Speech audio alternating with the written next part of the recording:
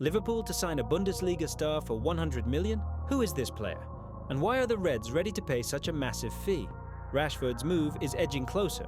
Is a new club already lined up? And Arsenal are closing in on an explosive new striker. All that and loads more in today's episode. But before we get into it, as always, don't forget to give this video a big thumbs up. Ready? Let's jump into the latest transfer rumours. Marcus Rashford, congratulations. You're officially this summer's biggest transfer saga. The United Outcast series has just kicked into a whole new gear, and stepping into the role of the knight in shining armor is, well, who else? Barcelona. The very same club that, only yesterday, was selling off its economic levers, faster than I could refresh my X feed. Now, constantly watching without a sub.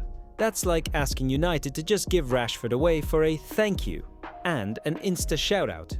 Hit that subscribe button. Your conscience will be clear and your football karma will thank you. So, the Catalans have decided to go all in and snatch the Englishman, using their classic buy now, pay later, maybe, we promise scheme. Here's the breakdown. Manchester United are tired of watching Marcus ride a rollercoaster of form and are apparently ready to let him go for around £40 million. But for Barca, even that kind of money seems to trigger a financial asthma attack.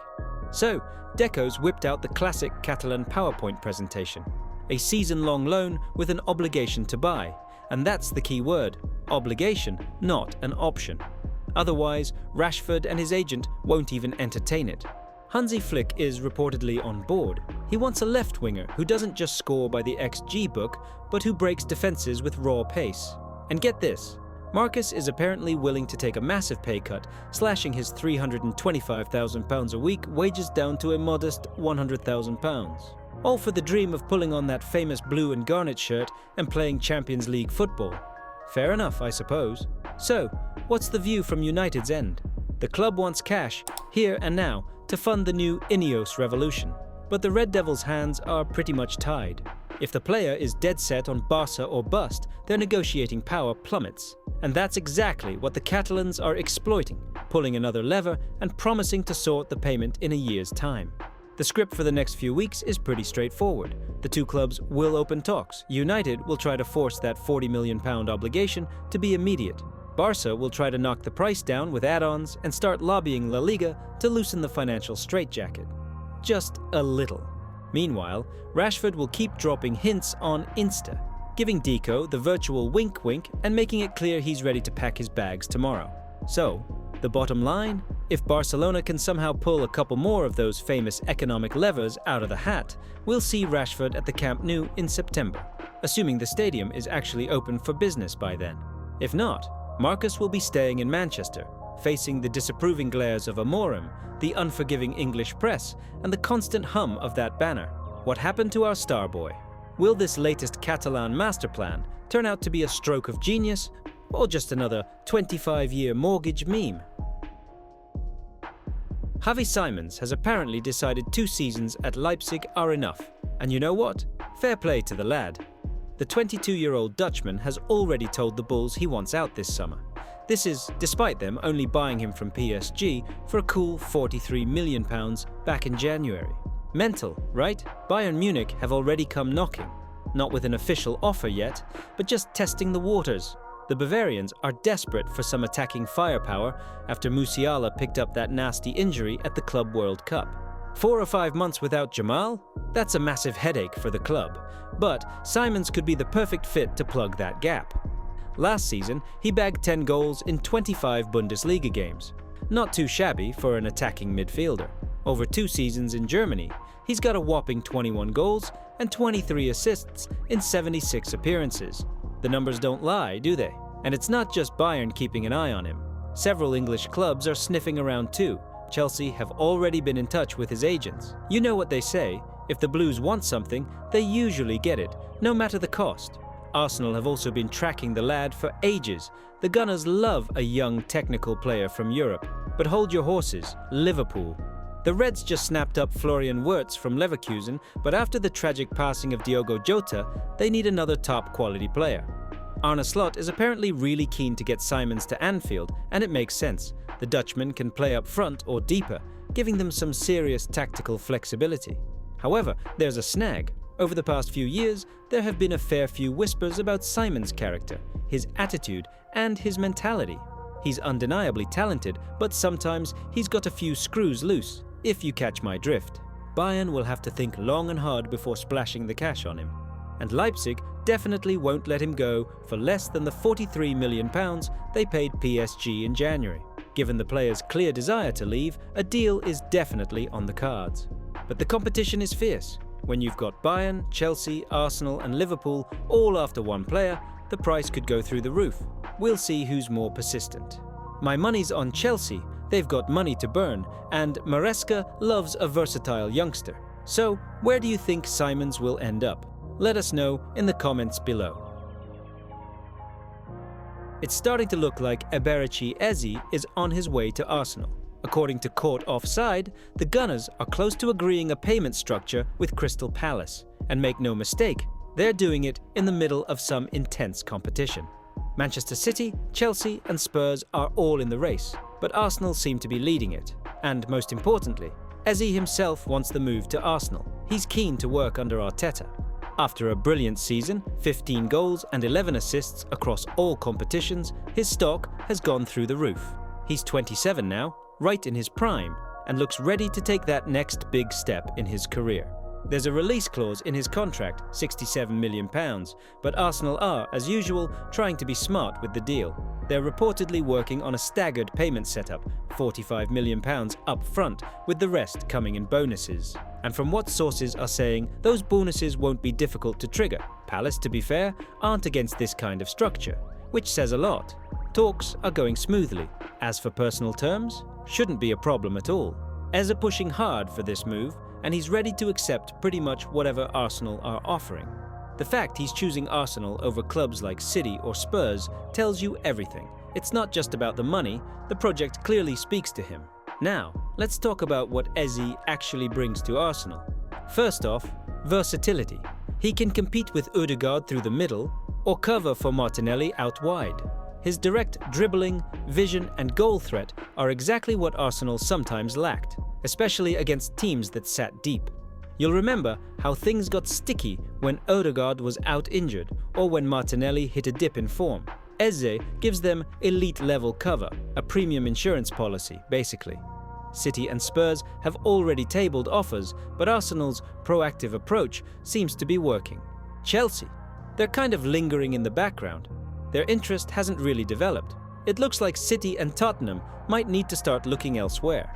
Eze, meanwhile, was dragging Palace through games on his own at times last season. He's proven in the Premier League and ready to step straight into the action at the Emirates. And here's the kicker. If this deal goes ahead the way it's being reported, Arsenal keep things sensible financially. No huge risks, just smart business. They get a top-tier player without blowing up their wage structure or future budgets. So if they can iron out the final details in the next few days, this could go down as a brilliant bit of business. Eze is hitting his peak, he's hungry, versatile, and he's already shown he can cut it in the Prem. After last season, when squad depth let Arsenal down at times, this kind of signing feels like perfect timing. Now we just wait for the official announcement, but everything suggests Arsenal are moving fast and with real intent. Tottenham have apparently decided to spend all the money on planet Earth, or maybe they just struck oil under the stadium. That's honestly the only explanation at this point. Thomas Franks barely had time to locate the kettle and find the nearest Pret. And Spurs are already slamming massive checks on the table. First it was Mohamed Kudus from West Ham for £55 million. Not bad. And now, this. According to The Telegraph, Spurs have activated Morgan Gibbs-White's release clause at Forest, a casual £60 million. City were supposedly interested too, which instantly adds £20 million to the price tag, obviously. Fabrizio Romano's tap dancing around it, like, here we go, soonish. And don't forget Mathys Tel. Spurs finally made that one permanent from Bayern. First proper Frank signing, and probably not the last. Now, you're probably asking, why so many attackers?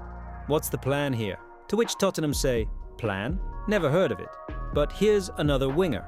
Alright, joking aside, there's actually some logic behind the madness. It's a full-on rebuild. Funniest thing? Last season, Spurs finished 17th, which is absolute relegation level stuff. Pure Tottenham. Chaos club.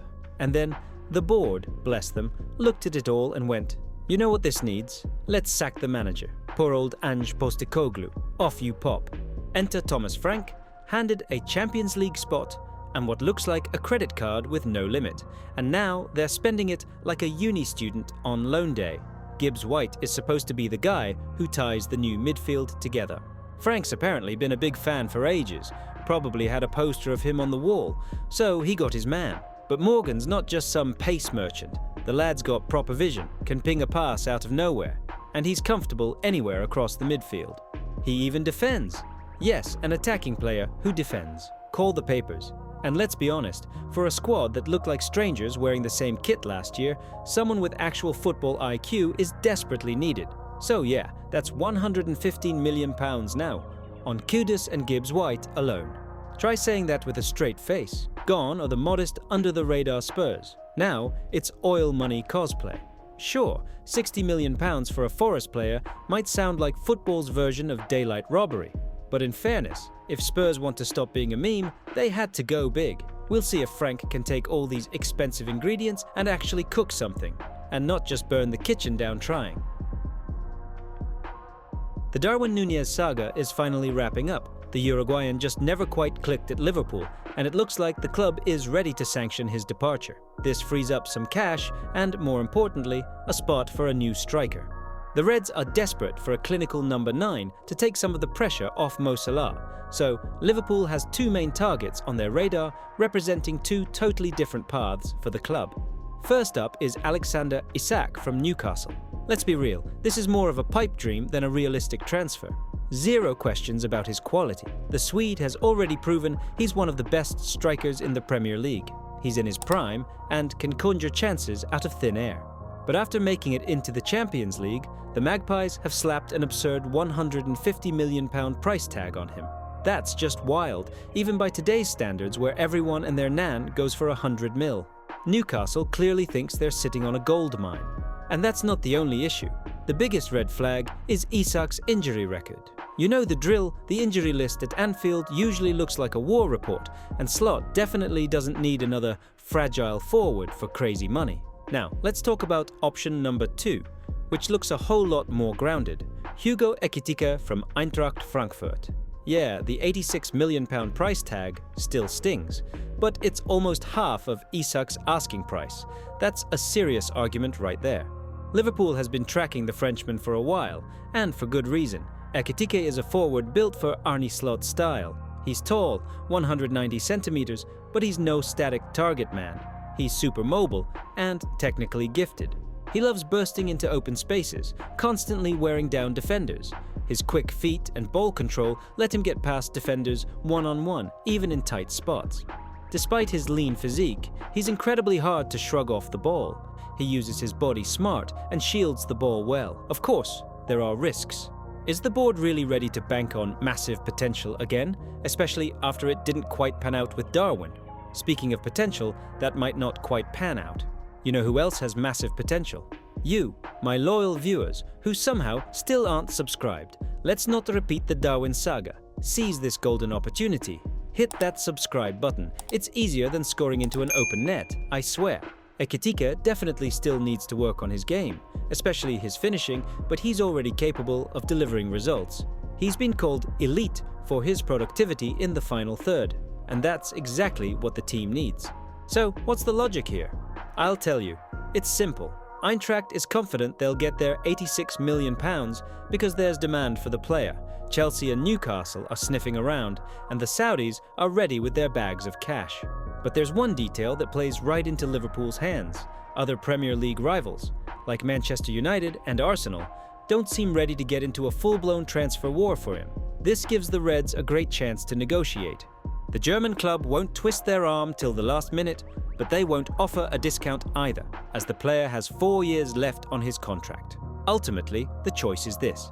Either pay ridiculous money for a ready-made but very injury-prone Isak, or invest a significant but more reasonable sum in the super-talented Ekitike, who fits Slot's system perfectly. For me, the choice is obvious. There's risk in both cases, but with Ekitike, it's at least justified financially and tactically. Compared to Nunes, he'll be a massive upgrade.